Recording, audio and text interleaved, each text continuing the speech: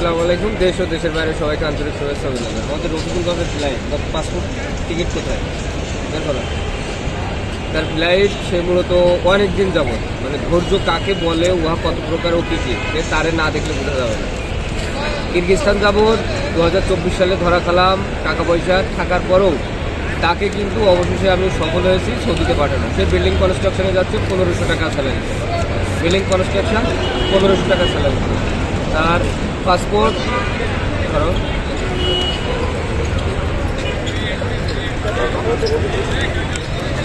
তার টিকিট, তার হ্যান্ডওয়ার,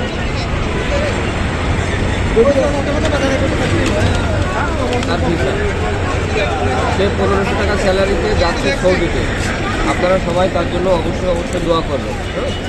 আরেকটা বিষয়, সেটা সবথেকে বড় গুরুত্বপূর্ণ বিষয়, সেটা হচ্ছে ইকামা, কাজ, বেতন। এই তিনটে জিনিস রফিকুল বাপ খুব ভালোভাবে পাবে, এটার নিশ্চয়তা আমি দিতে পারি ইনশাল্লাহ।